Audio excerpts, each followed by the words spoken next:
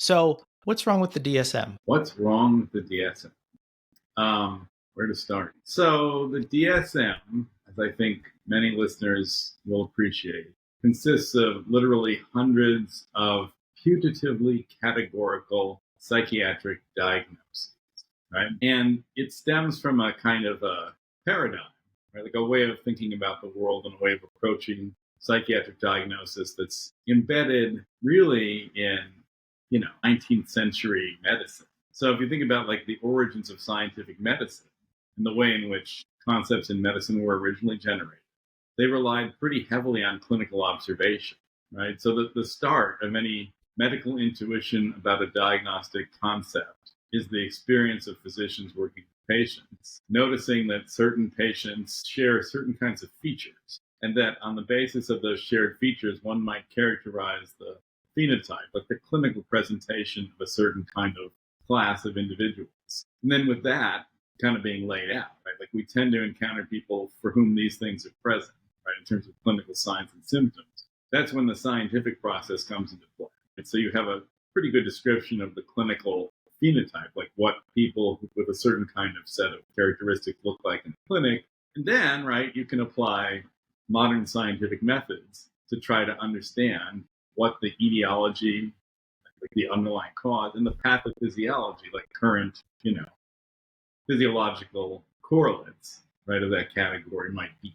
And, for a lot of medicine, this kind of paradigm, right, this approach has worked reasonably well for a number of different things like infectious diseases. And probably the reason, right, that this approach kind of works for a lot of things is because the etiology and the pathophysiology, I don't want to call them simple, but are sort of straightforward.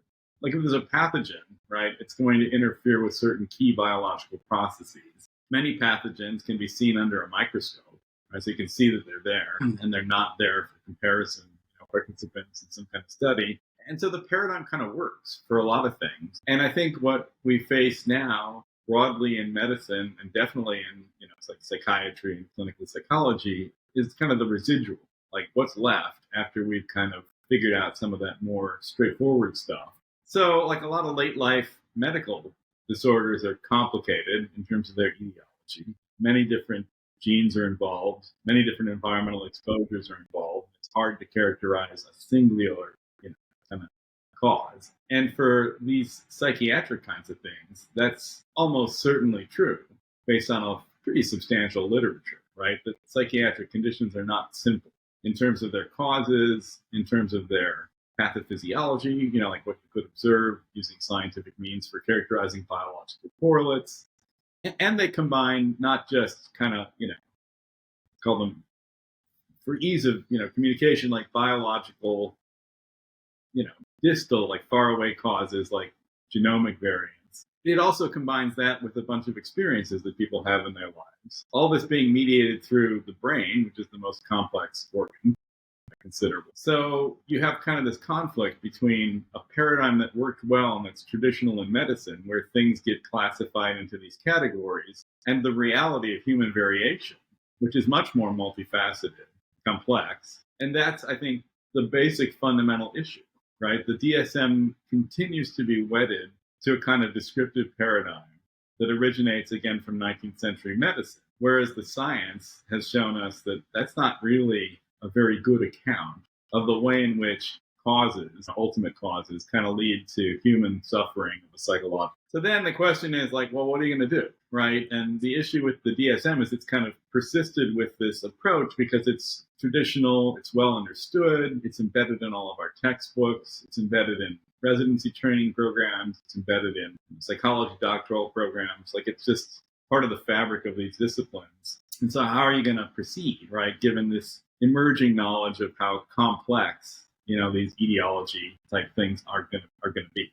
So that I think, when I think about it, that's the fundamental issue, right? The DSM is wedded to an approach that worked well for a lot of things and isn't working well for understanding psychiatric conditions. So some new approach to describing clinical presentations might work better. And I love the example that you gave right at the beginning of that, of the pathogen, which is immediately outside of anything I know anything about. But the idea of you have the pathogen or you don't have the pathogen, right? It's an on-off switch. Yeah. And so in that context, in a diagnostic context, it makes sense to have a category.